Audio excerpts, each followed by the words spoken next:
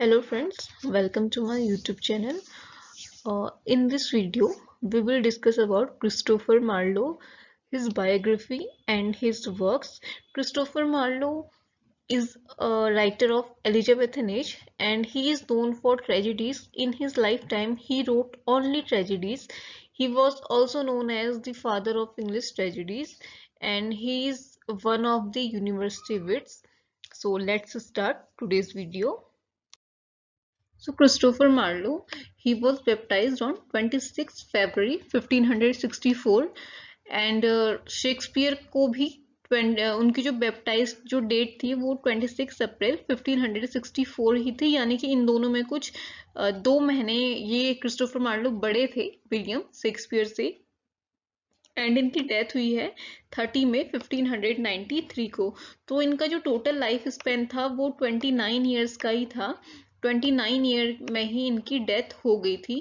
Next is he was known as father of English tragedies, क्योंकि इन्होंने tragedies से ही start किया था एंड कुछ 6 और 7 इन्होंने टोटल ट्रेजिडीज लिखी हैं। 6 अपनी लिखी हैं, एक कोलेब्रेशन में है।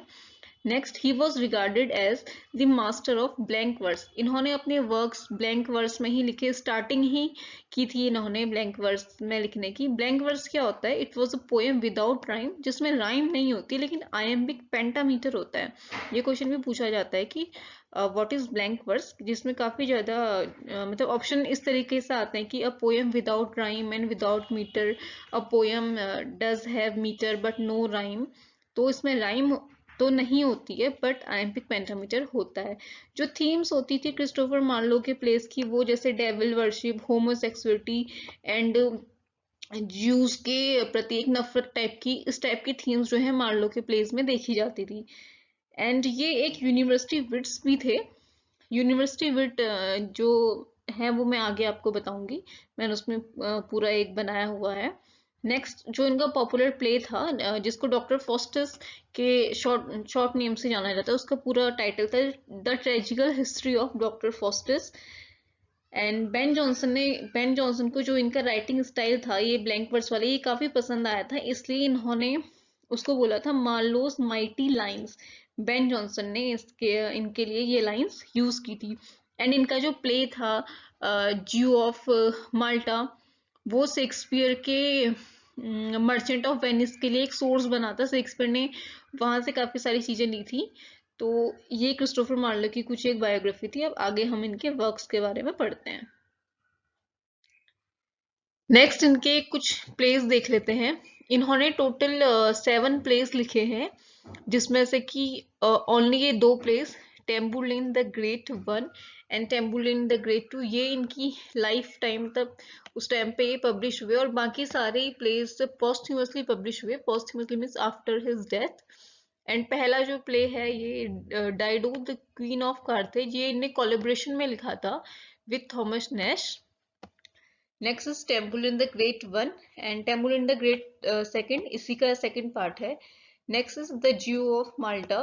ज्यू ऑफ माल्टा जो कि शेक्सपियर का जो प्ले है मर्चेंट ऑफ वेनिस, उसके लिए एक सोर्स था। शेक्सपियर ने यहाँ से लिए थे कुछ चीजें। Next is doctor Faustus and Edward second.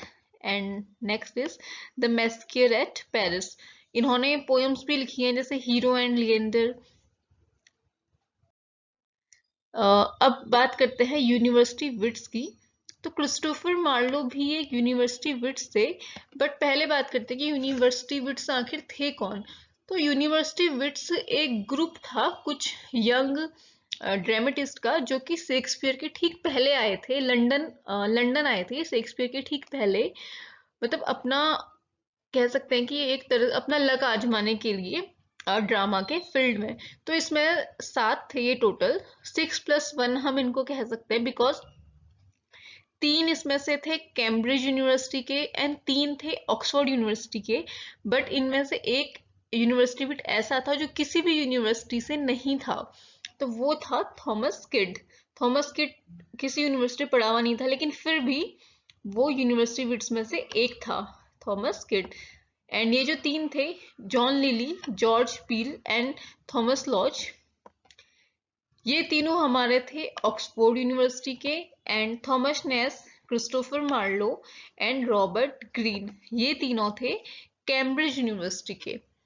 तो एंड इनके जो हेड थे वो थे आपके John Lyly. John Lyly was the head of University Wits, लेकिन इनमें सबसे फेमस जो थे वो थे क्रिस्टोफर मार्लो। तो काफी बार क्वेश्चन आता है कि who was the head of University Wits, तो हेड तो थे जॉन लिली लेकिन मोस्ट फेमस थे क्रिस्टोफर मार्लो। और कौन ऐसा था जो यूनिवर्सिटी से पढ़ा हुआ नहीं था, वो था थॉमस किड। तो ये कुछ इंफॉर्मेशन थी यूनिवर्सिटी विट्स के बारे में। नेक्स्ट अब इनके कुछ प्लेस के बारे में देख लेते हैं। तो सबसे पहले है द जू ऑफ माल्टा। इसकी जो सेटिंग रखी गई थी वो माल्टा आइलैंड में रखी गई थी। इसमें मतलब एक कॉन्फ्लिक्ट दिखाया गया है जूस एंड तुर्क्स के बीच में। एंड इसकी जो थीम है वो है lust for wealth. And protagonist and antagonist दोनों ही इसके बैरबर्स हैं। एंड बैरबर्स की एक काफी फेमस लाइन है जो काफी बार पूछी जाती है, जो ओपनिंग लाइंस भी हैं इस प्ले की, कि infinite riches in a little room. ये काफी बार पूछा जाता है। नेक्स्ट ब्लैंक वर्स में ही लिखा गया था। एंड जो इसका प्रोलॉग था इस प्ले का, it was spoken by Machiavel. Next बात करते हैं डॉक्टर फॉस्टस की, जो कि इनका काफी फेमस प्ले रहा है, जिसके लिए मेनली क्रिस्टोफर मार्लो को जाना जाता है। तो ये एक एलिजाबेथन स्टोरी है जो कि बेस्ड थी एक German story about the title character Faust. And इसका जो कंप्लीट टाइटल था वो था आपका the tragical history of the life and death of doctor Faustus. And characters की बात करें तो एक तो डॉक्टर फॉस्टस, एंड नेक्स्ट है मेफिस्टोफिलस। ये जो है मतलब एक डेविल है जो कि सैटर्न ने दिया था डॉक्टर फॉस्टिस को। नेक्स्ट इज वेगनर, जो कि सर्वेंट होता है डॉक्टर फॉस्टिस का। Good angel and bad angel, जो बार बार आती है डॉक्टर फॉस्टिस के बारे। इसमें होता क्या है, जो डॉक्टर फॉस्टिस है वो अपनी जो स्पिरिट है वो बेच देता है एक सैटर्न को, ल्यूसीफर को। नेक्स्ट है इसका ये ल्यूसीफर या फिर सैटर्न हम कह सकते हैं। नेक्स्ट वर्क है एडवर्ड सेकंड। इसकी जो थीम है वो है पावर, पॉलिटिक्स एंड रिवेंज।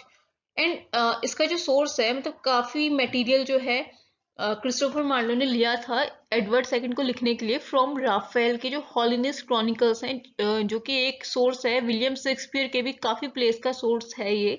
तो एडवर्ड सेकंड का काफी मटेरियल जो क्रिस्टोफर मार्लो ने इसी से लिया था। Edward second is the son of Edward first. जो प्ले स्टार्ट होता है उसमें एक स्टेबल रीन दिखाया गया है एडवर्ड फर्स्ट का।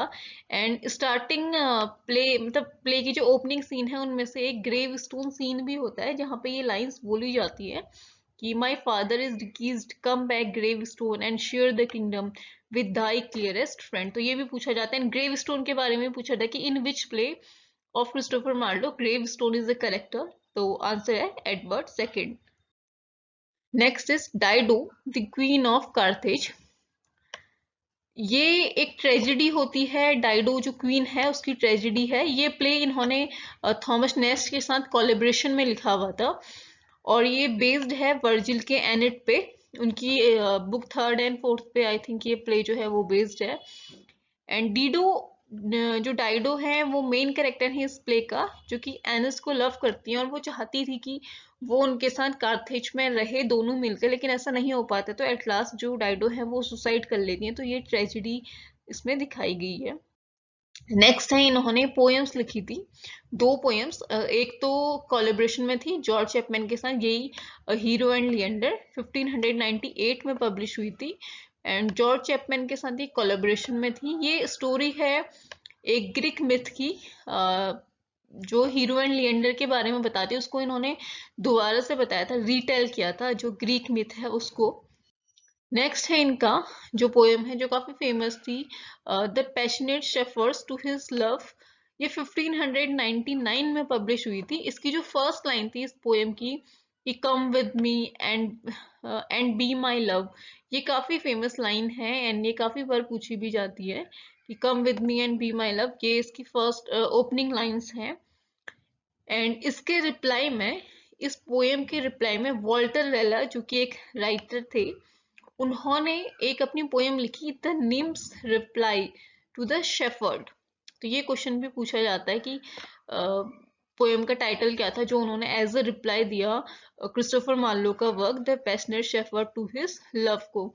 तो ये कुछ इम्पोर्टेंट चीजें थी क्रिस्टोफर मार्लो के बारे में एंड उनके जो वर्क्स हैं उससे रिलेटेड, तो जो मैंने इस वीडियो में इंक्लूड करने की कोशिश की है। एंड आई होप कि आपको ये वीडियो पसंद आया होगा एंड ये आपके लिए बेनिफिशियल होगा। तो आज के लिए बस इतना ही। एंड प्लीज़ अगर आपको मेरे वीडियो पसंद आते तो प्लीज़ इनको शेयर कीजिए अपने दोस्तों के साथ, जो भी आपके साथ पढ़ने वाले बच्चे हैं। And please do like, share and subscribe my YouTube channel literature quest. And thank you for watching and a very best of luck for your exams.